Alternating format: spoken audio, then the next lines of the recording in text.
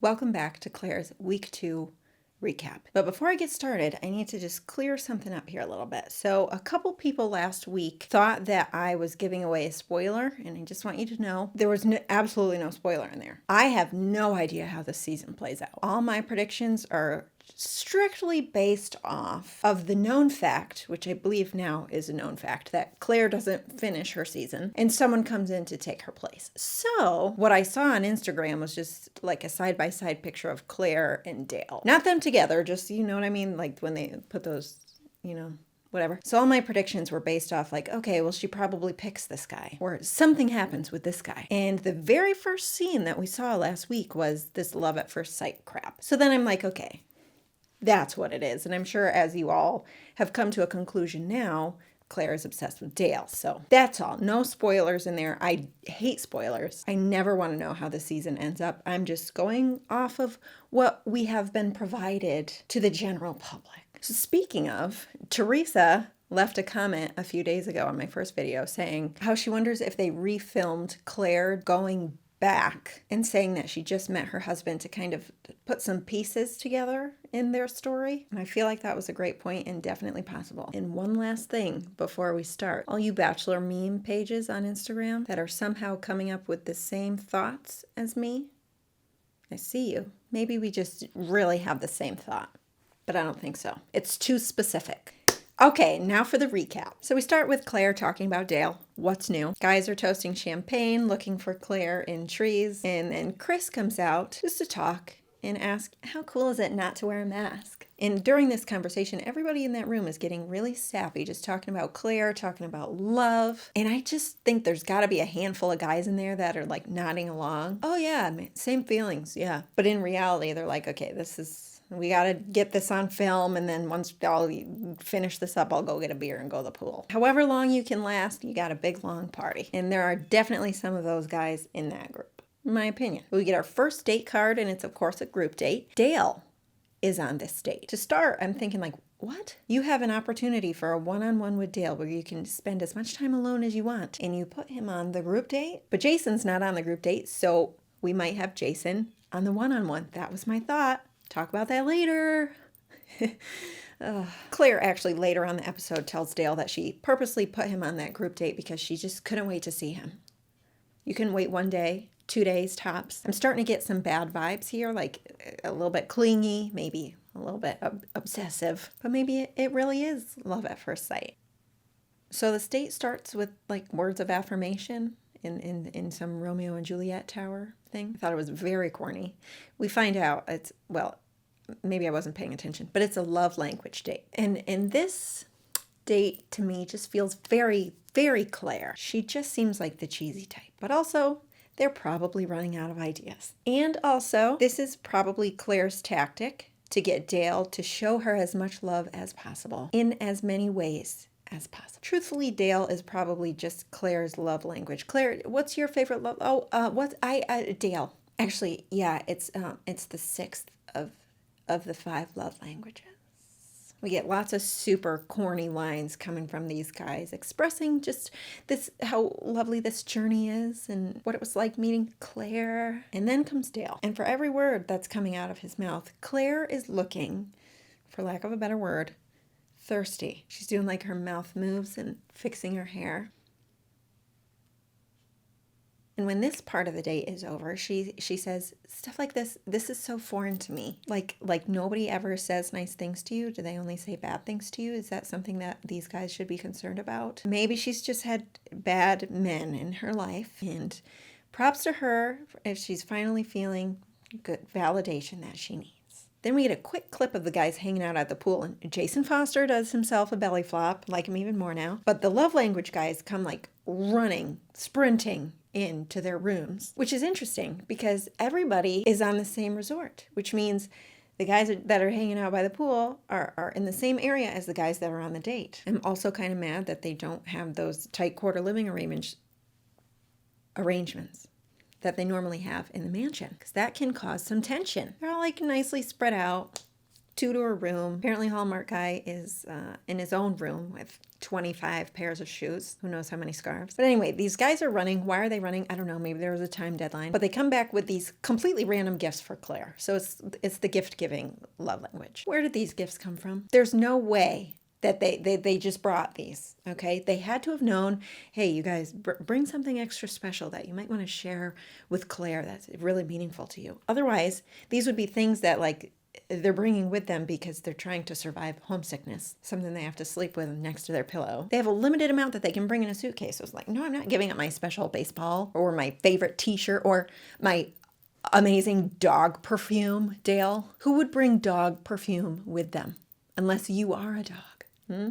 Dale? Pretending to like Clare, are we? And then the next portion, last portion, is the physical touch love language. Everyone is blindfolded, and it's basically an opportunity for everybody to just feel each other up. I'm thinking, like, hopefully she can recognize which one is Dale, but, you know, she can identify people based on their sense. Probably a good and bad thing, but will she smell Dale? Yes, she will, and she did. And similar to the words of affirmation section, there was a very clear difference in her interaction with Dale as opposed to her interaction with all the other guys. And in her interview, she says she needs to do the physical touch portion again. She needs a second round. Remember what I said about being in quarantine and how there may be some physicality in that relationship with Dale? She's giving me all the ammo I need to support my case. Now, I know Clare wasn't my favorite. I do have to say, at times, she does bring a certain kind of maturity or wisdom, perhaps. She's still like fun and playful, but seems to be handling things according to her values and sticking true to herself and making decisions based off of that. The Dale thing is still sketchy for the time being. I think she's calling it too soon. But who knows, they might end up together and prove me wrong. And it's also a little bit early for me to judge her. It's only week 2, so I should give her a chance and like reevaluate my opinions of her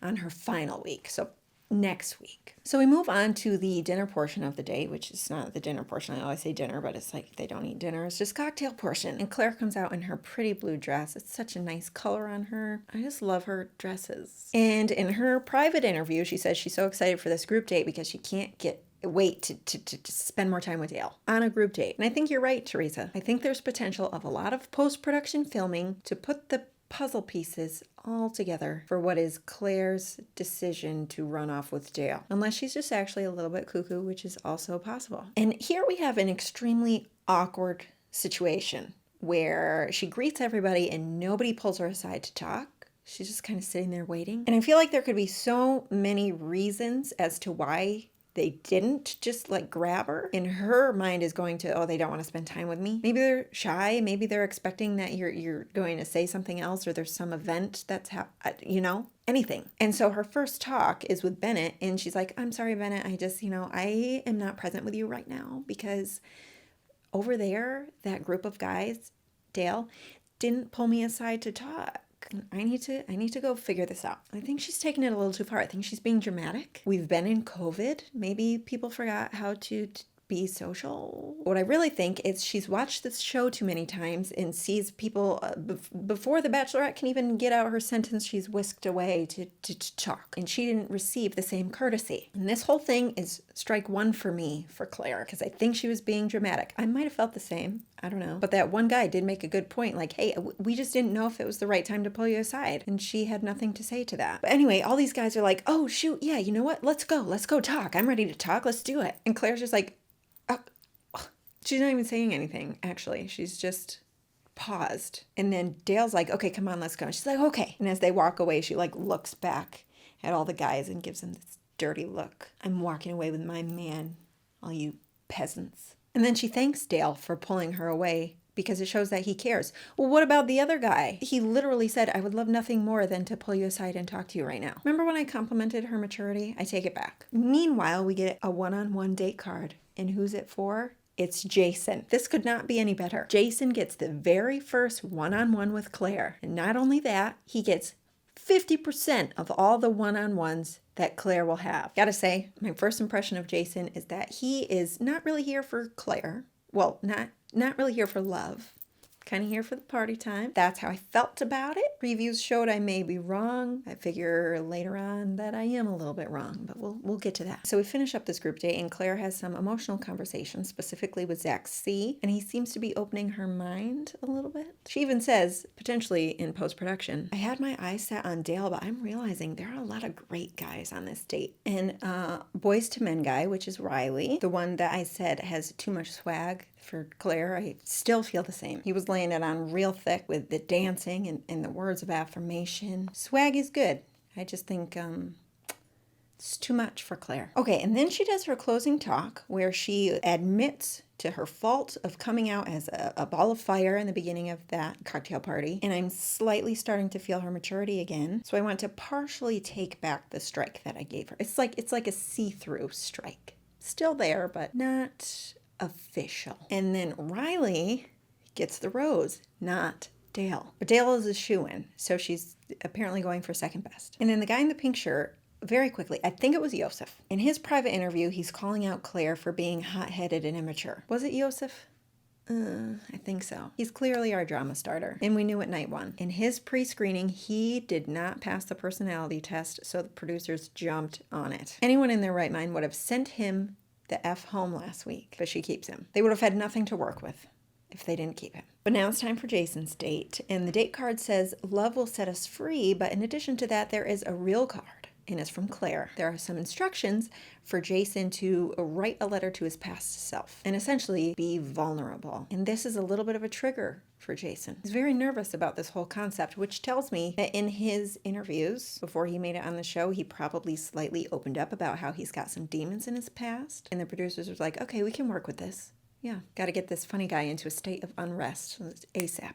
I like the concept of this date, though. I think it's kind of a cool approach. It's like a good way to have some serious conversations, and we're seeing the serious side of the funny guy, and I'm kind of excited for that. I'm biased, but I'm excited. One of the first things Claire asks Jason is if he watched Claire's season with Juan Pablo, and Jason's like, oh yeah, I saw that I didn't watch it, but I saw that last clip. So obviously the only clip that's been airing for the past however many months. Anybody probably at this point has seen that clip. Well, let's be honest, Jason's too cool to be watching that. Claire, you should be happy that he didn't see your season. And now after just a quick chat about opening up, it's time to let go and scream. So they scream into the sky just once, just a big scream. And Claire is like, oh my gosh, yes, this is the best therapy ever. I'm so glad you're here with me to do this. They didn't jump off a bridge, they didn't skydive, nothing. But they screamed, that's like, it just brings two people together unlike anything else can. Now, the next step of therapy is to write down basically all the things that people have said about you. And there are some very concerning adjectives being thrown out here, kind of on both sides. But I gotta say, if I were Claire, I'd be a little bit alarmed, just hearing that people call this guy manipulative, cold, mean, can't love. No offense, Jason, I'm still rooting for you. But then they take they smash all of those words. So it's like they don't even exist. So we're okay. So this whole time you can tell Jason is just not in his element here. He's very uncomfortable and it's very difficult for him. And his serious face is kind of scary. Almost like at any moment, this could turn into a murder case. But it's also like a weird date. They're like ripping down each other's walls before they've even gotten to know each other in the slightest bit. I feel like something like this would be much more meaningful, maybe like down the line a little bit. Doesn't matter though, because nothing scares Claire, not even homicide. And then Jason reads his letter, and this guy is clearly bottling up a lot. So maybe this show is good for him. It honestly, maybe he needed to put himself into a situation where he had no choice but to release some of these things. And like Claire says, let the demons out. This conversation is like building and building, and the show is increasing the speed of the music, and it's getting louder, and the stakes are getting higher, and then it goes to commercial.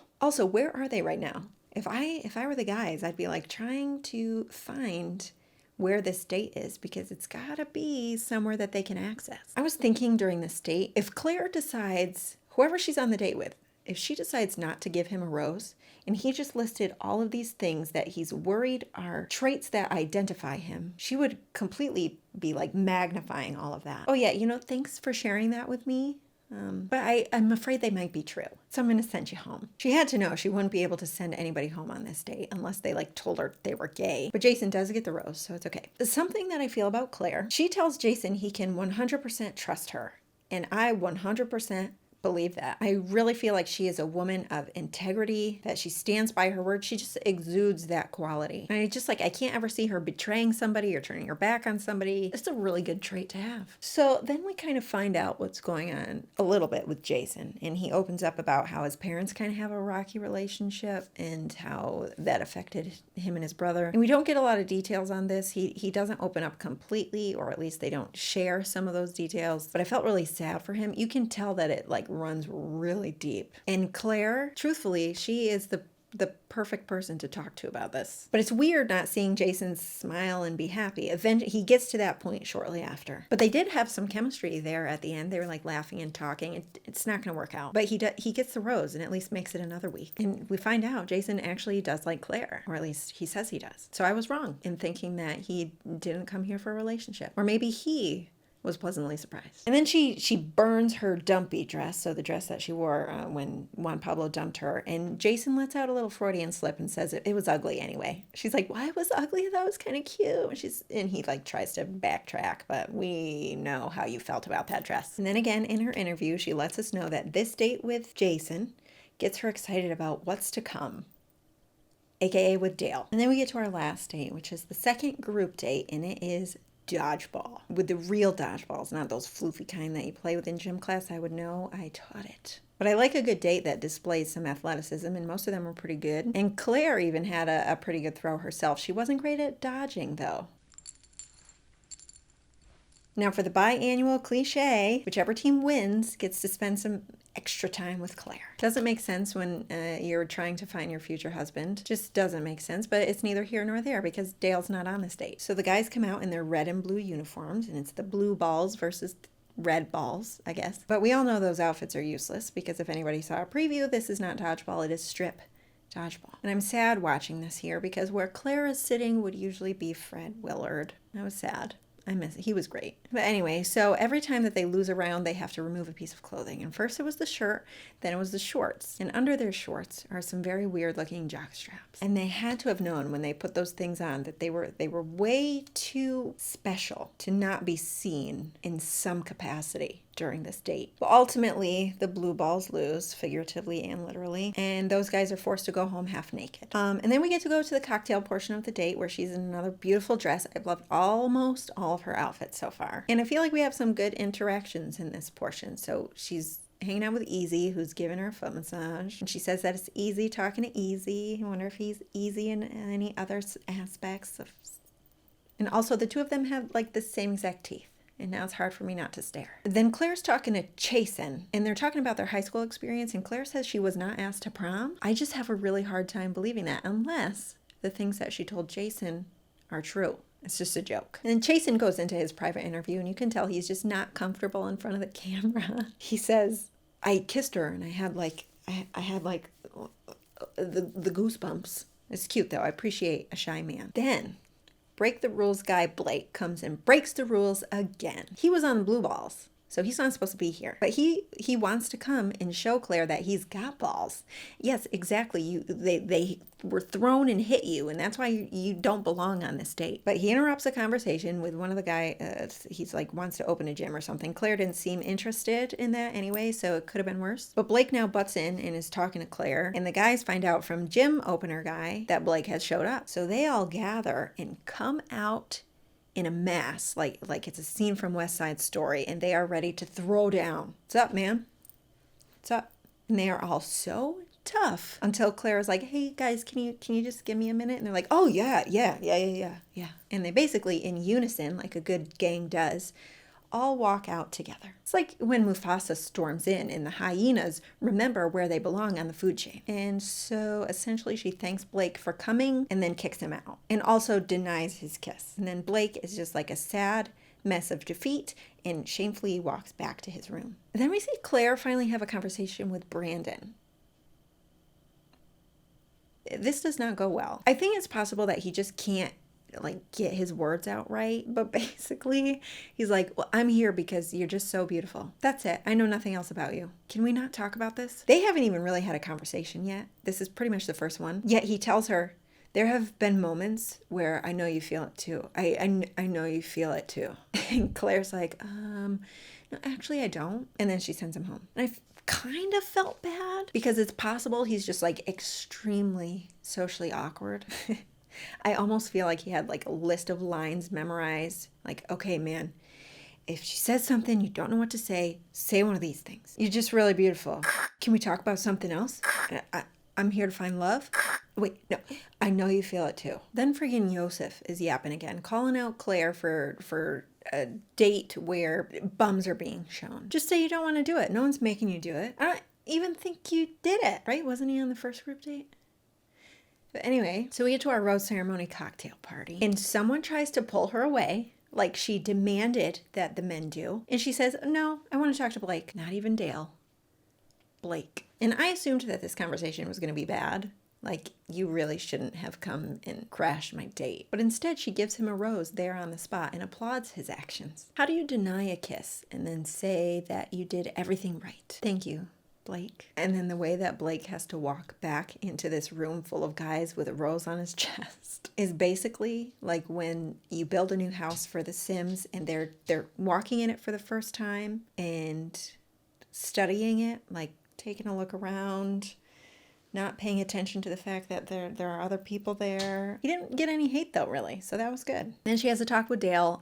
There's nothing, I can't contribute to this. It's the same thing every time. She's obsessed. And then it jumps right into the previews, so there's no rose ceremony today. Previews show a lot of drama, Dale drama, commenting on the relationship with Dale, or at least they're making it seem that way. And she does her infamous guys like that scene. And I'm pretty sure she's wearing the same dress that she was wearing at tonight's cocktail party. So we might see that unravel a little bit sooner than we expected. Like probably at the beginning of next week's episode. But that's it for this week. I'm kind of thinking, if you couldn't already tell, that next week is going to be Claire's last episode. Or at least like her last episode of dates. That's what I think. And then the following week, we get like some Claire closure. Like, oh, I'm going to run off with Dale. And now we need somebody to come in and replace Claire. That's my prediction. Not a spoiler. Just what I think might happen. Thank you guys for watching, and I'll see you next week.